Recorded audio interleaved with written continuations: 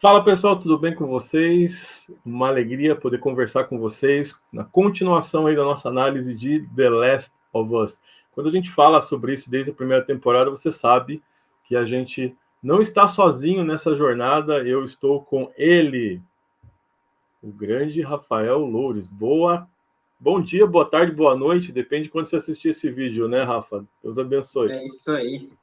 E aí, Edu, como é que você tá? Tudo bem? É um prazer estar aqui. Para quem não me conhece, meu nome é Rafael Luz. Eu trabalho com histórias em quadrinhos. Essas daqui são algumas histórias em quadrinhos que eu produzi. Seja bem-vindo ao canal do Parábolas Geek no Comics Review também. E finalmente, Edu, nós tivemos a vingança da Abby contra o Ratinho e o Marquito. Não tem como.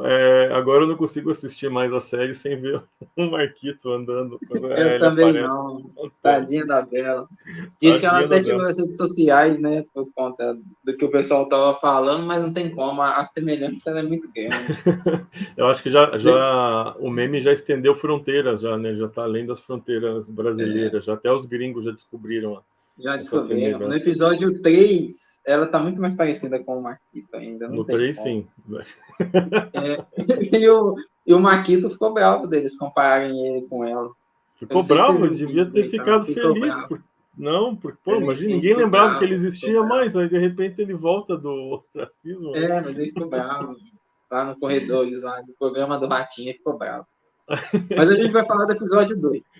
Hoje é o dia do episódio 2, o dia da Batalha de Jackson. O que você achou do episódio de maneira geral aí? Vamos lá. Eu achei um episódio muito bom. Eu acho que é o melhor episódio de The Last of Us até hoje que eu Com assisti, certeza. assim. A HBO sabe fazer episódio de batalha grandiosa, assim, assim, eles estão treinando, né? Tem feito excelentes episódios desde Game of Thrones, né? É, Muita gente comparou esse episódio com a Batalha dos Bastardos ou a Longa Noite lá do Game of Thrones, mas eu achei melhor do que o episódio onde o Winterfell enfrenta lá os zumbis também de gelo, porque é um episódio noturno, né?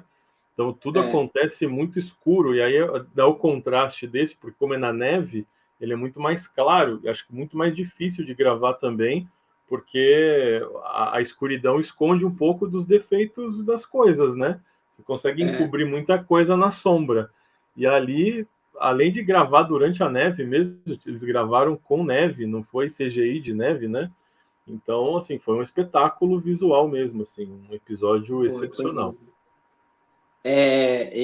Foi uma das poucas produções que eu fiz questão de ficar vendo os créditos, mesmo os créditos sendo mais em silêncio, e depois tem um som de vento lá do que qualquer outra coisa, porque pela obra de arte em si é muito bonito o episódio. E aí depois eu descobri que tem cena pós-crédito lá, eles explicando como é que produziram aquele episódio. Eu acho que foi muito bom, né? Foi excelente, assim, desde o início até o fim, a construção, a questão, por um exemplo, do que acontece antes ali, e das coisas que vão fazendo ali, apesar que tem um pouquinho ali de Deus Ex Machina, porque os zumbis eles vão despertando por muitas coincidências, mas mesmo assim é muito bom. O ataque de Jackson é tipo assim, é o que a gente espera de uma série de zumbi. Eu acho que quando o The Last of Us ele foca na questão do Cordyceps, ele melhora muito. Quando ele deixa o Cordyceps de lado e foca um pouco, por exemplo, na questão dos relacionamentos, parece que não engata tanto, parece que fica ali. Eu acho que eles É, têm que saber ter um equilíbrio entre um e outro para fazer a coisa ficar, ficar legal, né? E tem é, algumas coisas assim que não parecem muito verossímeis assim no episódio, que a gente deve falar aqui. é, eu vejo que eles estão apostando nessa montanha russa emocional aí para os espectadores, né? Porque, assim, é um episódio mais morno, onde tem mais diálogo, foca nos personagens, para depois você ter um episódio avassalador na sequência. Então, assim, essa, essa montanha russa aqui, Montanha né? russa. Você não se recobrou ainda do que acontece no episódio, daí eles dão uma amenizada para esticar um pouco mais a história, né? Então são escolhas narrativas de num episódio desenvolver personagens para saber o que está acontecendo, eu acho que não dá para você fazer uma temporada toda com pancadaria de batalha de zumbi o tempo todo, porque, né? E aí, uma coisa assim, claro, esfria um pouco, né? Você tá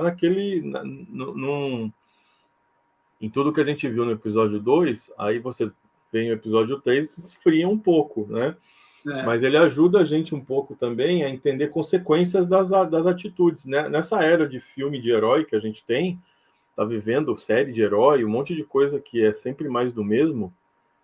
Bom, não vou falar nada sobre o filme, mas Thunderbolts é uma autocrítica da Marvel com relação aos filmes de herói, tá? Então, talvez, claro, né? Isso aqui é especulação, né? Mas eu acho que eles caíram em si, viram o rumo que as coisas tomaram, e Thunderbolts pode ser um ponto de virada dentro dessa trama narrativa da Marvel, por causa que eu pelo menos enxerguei uma autocrítica aos próprios filmes de herói dentro do Thunderbolts, né? Então, a ver aí o que acontece na próxima fase aí. Então, como a gente está vendo muito mais do mesmo, né? Eu acho interessante quando a gente tem essa possibilidade de parar para analisar a consequência. O que a consequência da Batalha de Jackson trouxe?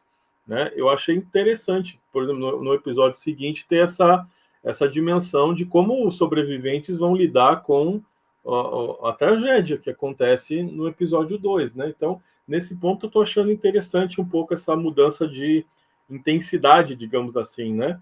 Como a gente né, a gente tá gravando um pouco com delay aqui, né?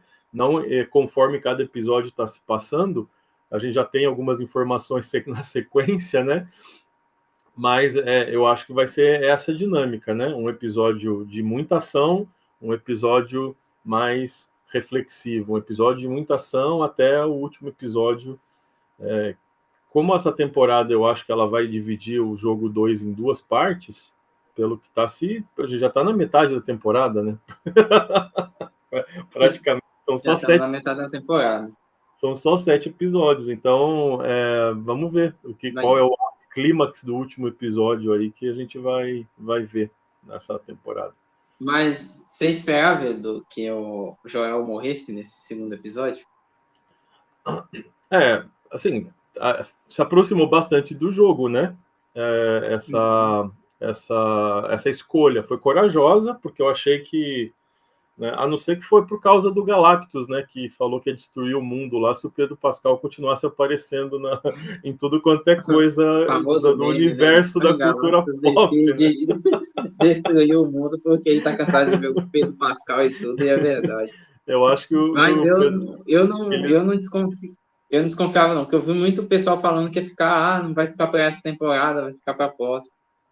Aí, quando eu vi a HBO postando que o próximo episódio teria cenas fortes e deixar todo mundo traumatizado, eu falei, cara, vai ser o episódio. E tem uma outra coisa. Na transmissão da Champions League, o André Henning, ele falou, não perca, The Last Champions! O próximo episódio vai ser de explodir cabeça! Ô, louco, ele falou isso? Isso aí, na hora, eu não liguei esse ponto. Depois eu pensei assim, cara, o cara tava dando spoiler pra gente no futebol e a gente não viu. Será que ele sabia disso ou falou só por falar? Porque... Se falou por falar... Foi um spoiler involuntário.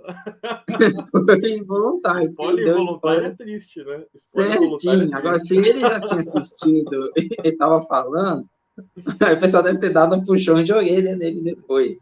Mas... Alguns episódios foram enviados para a imprensa antes, né? Para eles poderem comentar meio próximo do lançamento do próximo episódio, né? Então, eu não sei se ele chegou a receber também, enfim. Tem isso. Mas uma das coisas que acontece é o seguinte: eu achei que ficou muito bacana a cena. É uma cena muito forte. Interpretações muito bacanas, principalmente da Bella Ramsey. O primeiro episódio foi mais automático, esse foi melhor. Ela é uma boa atriz, não tem como a gente falar. A gente comentou sobre, né? Sobre ela tá representando a Ellie no automático aqui também. No 2, e a gente vai falar do 3 mais adiante, mas eu vi que mudou bastante aí o nível da interpretação dela. Ela é uma boa atriz, interpretou muito bem. Pedro Pascal também tá excelente. Ele é um excelente ator. Acho que é por isso que ele tá em tudo também. E em contrapartida, foi muito forte a cena, né? A cena de ver a Abby fazendo aquilo e, além disso também, só tem uma coisa que não cai muito na questão verossímil, porque tem uma parte lá que ela tá tocando no Joel e ela é muito pequenininha perto do Joel. Não tem como o soco dela dar aquele estrago todo na cara do Joel se for só com a mão. Não, Então, aquilo mas é que dali ela ficou... tá com o taco, né? Ela pega o Ela tá taco de com taco, mas beisebol, eu lembro que teve não uma mostra, hora né? que mostrou que ela tava com a mão mesmo lá e a No cara dele toda final já. destruída. Eu E acho que aí, dá a entender uma que ela outra pegou o coisa, taco, começa com o taco e termina com a mão depois, eu acho, né? Enfim. deve ser, porque não é possível. E além disso, porque no jogo ela tem a quebração de testosterona, né? Aí Sim, não, sim. nesse não, ela tá bem feminina. Aí tem uma outra questão, que os jovens que estão lá são muito limpinhos, né? Tá lá, eles parecem um bando de playboy, não parece que tá no apocalipse zumbi, assim. É verdade, é verdade.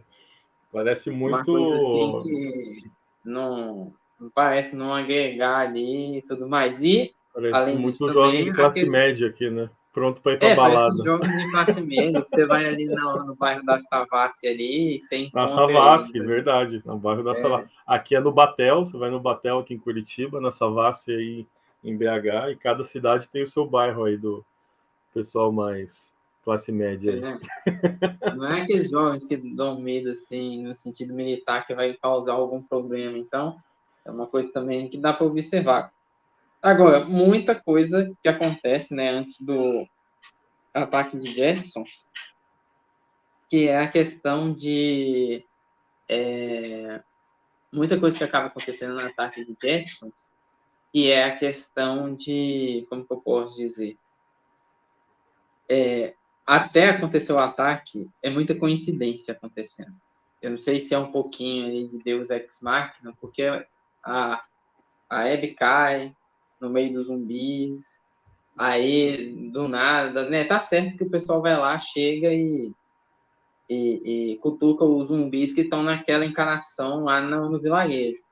Mas a Abby cai, de repente, do nada, porque ela cai, os zumbis vão e acordam, aí vão correndo atrás dela, uma cena muito boa. O Joel acaba salvando ela, aquela cena que os zumbis vão caindo na rede, assim, ela vai arrastando, é muito legal. Mas, ao mesmo tempo, os zumbis eles desviam a partir do momento que eles mexem no rastro que está naquele cano passando lá por Jetson, aí eles vão até o vilarejo. Mas é muita coincidência acontecendo até acontecer o ataque, muita coincidência acontecendo até acontecer a morte do Joe. Isso eu achei algo excelente no episódio, porque acaba se assemelhando muito com a realidade. Eu gosto muito quando a série, o filme, ele consegue falar com a gente do outro lado da tela, por mais que você está falando de uma realidade, de um apocalipse zumbi, ou né, um filme de super-herói com poderes que não existem, enfim. Assim, as grandes tragédias acontecem nas nossas vidas baseado em pequenos detalhes que vão se acumulando, né? É um por exemplo, né, é um simples exame de rotina que você vai fazer e de repente o resultado traz uma catástrofe, assim, né? É algo muito mais sério, de repente, que você vai ter que lidar a partir daquele momento. São uma saída de carro normal para a tua rotina, que de repente pode terminar num acidente e aí fazer com que toda a tua programação ela se perca, né? Porque agora você vai ter que tomar conta de outras coisas, enfim. Um grande desafio, nenhum grande problema na nossa vida vem assim automaticamente como uma catástrofe. São pequenas coisas que vão se somando muitas vezes para gerar os grandes problemas. Eu senti muito isso nessa parte do episódio, acompanhando, né? Dá para somar até as decisões inconsequentes da Ellie no episódio passado, no episódio 1, quando você tem ela, não, eu vou para a patrulha, não sei o quê, não vou ficar lá no muro, né? Se ela ficasse no muro, talvez o Joel não saísse, né? O Joel não saindo, não teria encontrado a Abby. Enfim, uma série de coisas que poderiam ter acontecido ou não, mas da maneira como eles lidaram com a situação, acabou desencadeando as duas coisas simultaneamente, né? tanto o despertar dos zumbis ali, e quanto a separação ali do Joel com a Dina e tudo mais, né? Então, para mim, essa é a grande lição que fica do episódio, né? A gente tomar cuidado com as pequenas coisas do dia a dia, porque os grandes problemas, né? E a gente pode até espiritualizar isso mais para o final da nossa conversa aqui, né? As questões espirituais, né? Ninguém cai com um grande pecado, são pequenas coisas que fazem a gente tropeçar ao longo da jornada, e quando a gente vê, são uma somatória tão grande de pequenas coisas que geram catástrofes nas nossas vidas, né? É isso aí. Tem uma coisa que eu observei no episódio também, para nossas reflexões, é sobre a questão do vingança e perdão. Por quê? Porque o episódio primeiro, eu sei que é um exemplo muito, talvez muita gente vai achar ruim. Você tem aquele senhor lá falando Seth, contra a Abby e a Dina, Dina, né? A é o Dora Seth. Aventureira. É. Aí o que acontece é o seguinte.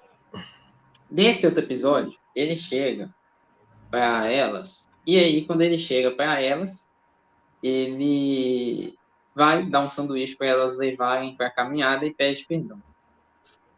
É uma pequena cena sutil que acontece que mostra pra gente a diferença da vingança e do perdão, porque todo episódio ele é pautado na vingança. O Joel ele fica com raiva da filha dele ter morrido, né? Vai lá, mata o soldado no episódio. Depois, por conta disso, isso gera um trauma.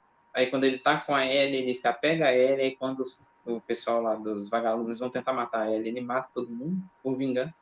Isso gera um trauma na Abby. A Abby vai pegar, vai atrás do Joel para matar o Joel. Mas só que aí agora gera um trauma na própria Ellie e ela vai fazer isso com a Abby. Ou seja, vira um ciclo que, se continuar, vai ser só destruição e perda e coisa ruim acontecendo, e de um sendo magoado para fazer vingança para o outro, vai pegar e ir de um para o outro até não poder mais, e quando vê, já está todo mundo destruído, todo mundo morto por conta disso.